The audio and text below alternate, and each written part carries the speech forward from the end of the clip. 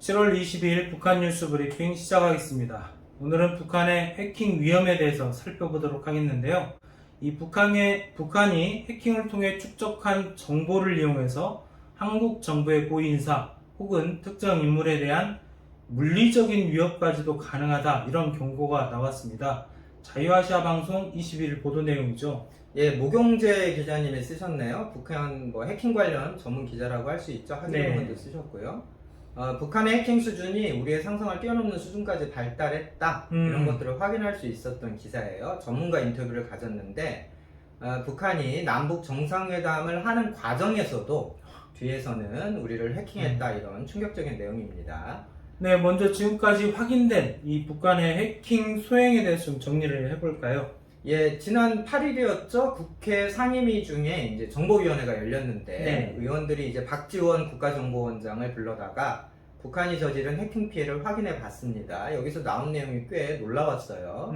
한국원자력연구원이죠. 국가 차원에서 원자력 관련 연구를 집대성하는 곳이다, 이렇게 생각하시면 되는데, 북한이 해킹으로 주요 정보를 다 빼갔는데 무려 12일간 해킹 당하는 줄도 모르는 상황이었다. 네. 한국 항공우주산업 KAI라고 불리는데 여기는 민간 기업입니다. 네. 하지만 우리 공군의 기본훈련기, 고등훈련기, 기동헬기, 무인기 이런 것들이 이제 개발해서 방사청에 납품을 하고 있는데, 우리 공군의 핵심 기술을 이제 보유하고 있는 민간 기업이라고 볼 수 있죠. 네. 여기도 북한의 해킹 피해를 당했고요. 또 핵융합연구원도 컴퓨터 2대가 해킹 바이러스에 감염된 사례가 있습니다. 지난해에는 항공우주연구원도 해킹으로 자료가 유출이 됐고요. 사실 중요한 그 국가 기술 정보에 네. 북한이 마음대로 들락달락 하고 있는 거 아니냐, 이런 지적이 나올 정도로 상황이 심각해 보입니다. 네, 굉장히 심각해 보이는데, 일단 국가 기술만 빼가는 게 아니라 북한이 개인 정보도 빼가고 있다면서요? 예, 북한 인권 운동하시는 분들, 활동가분들, 또 북한 정권의 비판적인 입장을 갖고 계신 연구자분들, 또 북한 관련 미디어나 언론에 종사하고 계신 기자분들, 이분들 매일 해킹하는 것은 사실 오래된 일이에요. 10년도 그렇죠, 넘었죠. 그렇죠. 저희도 매일 귀찮은 일을 당하는,데 김정은 정권 입장에서 보면 이분들이 뭐라고 요즘에 떠드나 뭘 연구하나 이런 게 궁금할 것 같긴 합니다. 또 밑에 사람들이 그런 거 조사해서 갖다가 올리면 또 잘했다고 칭찬하고 그러겠죠. 문제는 이런 특정한 사람들 뿐만 아니라 전 국민을 상대로 개인정보를 빼돌리고 있다는 점이에요. 네. 서울대병원도 해킹을 당했습니다. 지난 5일부터 11일 사이였죠. 네. 악성코드 감염을 통한 해킹으로 병원 직원들, 또 환자들 이름, 생년월일, 주소, 휴대전화 번호 이런 것들이 유출이 됐다고 해요. 그동안 서울대병원에 다니셨던 분들은 내 개인정보가 빠져나갔을 수도 있구나, 이런 생각을 하셔야 합니다. 네. 하태경 의원은 이번 그 서울대 해킹의 배후로 김숙희라고 하는 북한의 해킹 조직을 지목을 했어요. 네. 서울대병원 해킹에서는 환자 정보 6,969건이 유출이 되는 피해를 당했는데요. 환자들의 주소, 휴대전화 번호 이런 것만 빼간 게 아니라 병명, 그러니까 이제 의사가 이게 소견이 이렇다라고 이제 진단했던 진단 기록, 환자들의 방문 기록, 또 검사 기록, 검사 결과, 의학적인 사진, 우리 엑스레이, CT, MRI 찍잖아요. 그렇죠. 이런 것까지 그냥 다 유출이 돼갔다는 겁니다.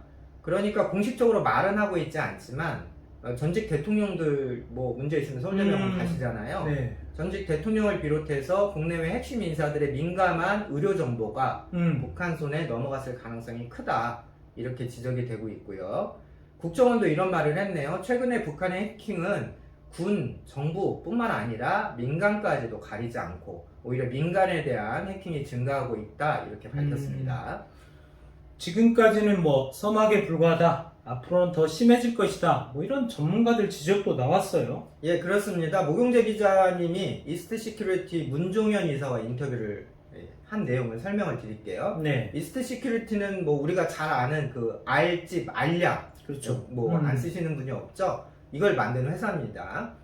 문 이사님이 했던 인터뷰 내용을 제가 요약만 좀 해드릴게요. 네. 첫째, 2018년 남북 정상회담 판문점 선언 이후에도 북한의 사이버 공격이 일상적으로 계속됐다. 북한 인권단체 인사들뿐만 아니라 한국 정부의 고위 인사들에 대한 해킹도 계속 시도하고 있는데 한국 정부의 그 외교 안보 국방 분야의 장차관급 인사들이 주요 공격 대상이었다. 둘째, 정부 고위 인사들뿐만 아니라 이들과 연결된 그 민간 단체, 연구단체, 뭐 커뮤니티 이런 곳으로 해킹이 이제 확산되고 있다.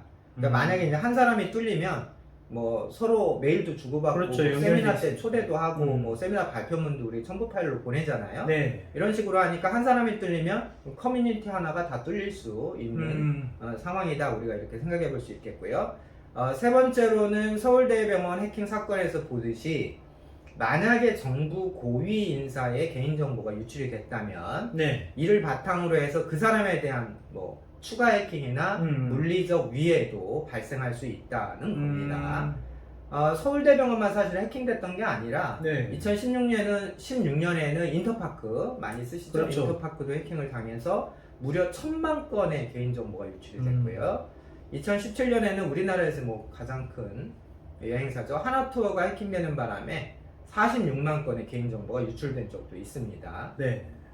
북한이 이런 식으로 좀 방대한 개인정보를 축적해서 거기서 이제 누군가를 뽑아서 타겟팅해서 뭐 역추적을 하다 보면 예를 들면 이런 일도 가능한 거죠. 항공권이나 여행 일정 정보가 만약에 유출이 된다면 네. 그런 걸로 그 사람의 동선을 추측할 수 있잖아요. 그렇죠. 그럼 어떤 뭐 물리적인 위해를 기획할 수도 있다. 우리가 이런 생각도 좀 해봐야 되고요. 자, 네 번째로는 고위 인사들의 이런 해킹을 통해서 만약에 어떤 사람이 좀 떳떳지 못하고 말 못할 그런 뭐 활동 정황을 만약에 포착했을 경우에 그런 걸 빌미로 그 사람을 협박해서 또 다른 정보 뭐 어디 회의 가서 좀 녹취 좀 해와라 이런 것들을 요구할 수 있다는 겁니다. 이런 내용들은 뭐 영화에서만 나올 법한 그런 얘기가 아니라 실제 이런 유형의 범죄들이 굉장히 우리가 모르는 다양한 범죄들이 존재하고 있다고 하네요. 앞으로도 북한의 해킹 공격이 더 강화될 것이다. 전문가분들이 이런 말씀을 많이 하시는데 뭐 상황을 너무 비관적으로 보는 건 아닌지 좀 궁금한데요. 예, 그런 생각 가지신 분들도 좀 있긴 있죠. 그러나 일단 북한의 해킹 능력이 계속 누적되고 있다는 점을 저희가 좀 충분히 고려를 해야 될 것 같습니다. 북한의 해킹 능력을 보통 비대칭성 이렇게 표현을 하는데요. 비대칭성이라는 건 저쪽은 하는데 나는 못하는 거. 예를 들면 북한이 대포 한 발을 쐈다. 그럼 우리 군이 대포 10발을 쏴서 북한에게 아 이제 대포 쏘면 안 되겠구나 이제 이런 생각을 하게 되면 이게 이제 대칭. 대칭. 그러나 북한이 핵미사일 버튼을 만약에 누른다. 그럼 우리는 사실 사후에 할 일이 없고요. 그렇죠. 또 북한이 핵잠수함을 건조해서 저 먼 바다로 나가서 우리 뭐 군 정보당국에 추적을 할 수 없게 되는 경우. 그럼 우리가 뭔가 대응해서 할 게 없는. 그래서 이런 것들이 이제 비대칭 전력, 비대칭성이라고 말을 하는 겁니다. 이 해킹도 마찬가지인데요.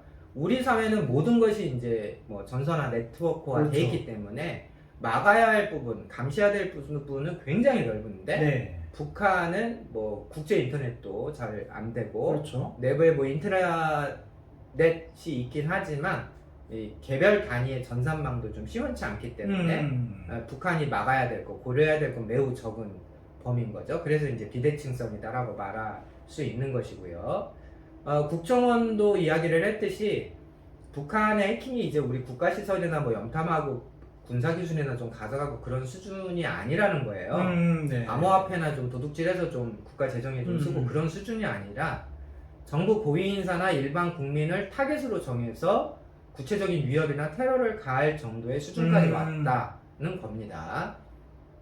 사실 해킹은 그 전적으로 인적 자원의 문제이기 때문에 국가 차원에서 집중적으로 몇백 명만 육성을 한다 하면 북한 같은 경우 충분히 할 수 있죠. 북한에도 수학 천재들이 많고 또 모아놓고 이런 임무를 주기만 하면 뭐 또 알아서들 하니까 제가 개인적으로 알고 있는 정보만 하더라도 북한이 본격적으로 국가 차원에서 해커들을 육성하기 시작한 것이 1997년이에요. 97년. 굉장히 오래전이죠. 그렇죠. 당시에 뭐 인터넷 기술이 뭐 전 세계에 퍼지기 시작했을 때 97년이면 저는 아직 이메일 계정도 없었을 때거든요. 제가 굉장히 그런데 좀 느려서 또 그때 97년이면 북한이 경제난의 한복판에 서 있을 때였기 때문에 당시에 이미 김정일의 지시로 해커 육성 교육 기관이 세워졌고요.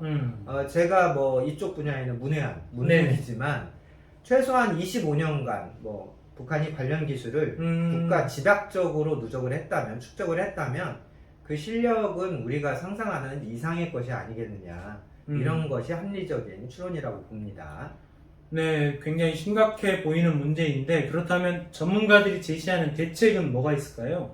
예, 문종현 이사님 말씀으로는 이분은 이제 이런 제안을 하셨어요. 현재 한국인터넷진흥원이 있으니까 네. 여기에 좀 인력도 보강하고 권한도 좀 보강을 해서 적어도 민간 영역에 대한 북한의 해킹 이런 것들을 좀 전담하는 조직으로 좀 키우자. 네. 또 민간 개별 보안 업체들이 북한의 해킹에 대응할 수 있는 체제를 갖추도록 정부 차원의 지원도 좀 하자. 이런 뭐 현실적인 제안을 좀 하셨습니다. 네.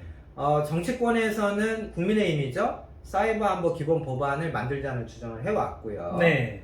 지난 6월에 법안으로 이제 발의도 했어요. 네. 기본 아이디어는 대통령을 의장으로 하는 국가 사이버 안보 정책 조정회 이를 신설해서 범정부 차원에서 대응을 해야 한다. 뭐 이제 이런 건데 실제 이 발의된 법안에 대한 추진은 잘 안 되고 있는 것 같습니다. 예, K180 여당과 정부가 좀 뭉개고 있는 상황 같아요. 이분들이 네. 뭐 항상 평화로우신 분들이니까 북한의 해킹 공격 이런 거에는 별 관심이 없는 것 아니냐 이런 좀 씁쓸한 뒷맛이 남습니다.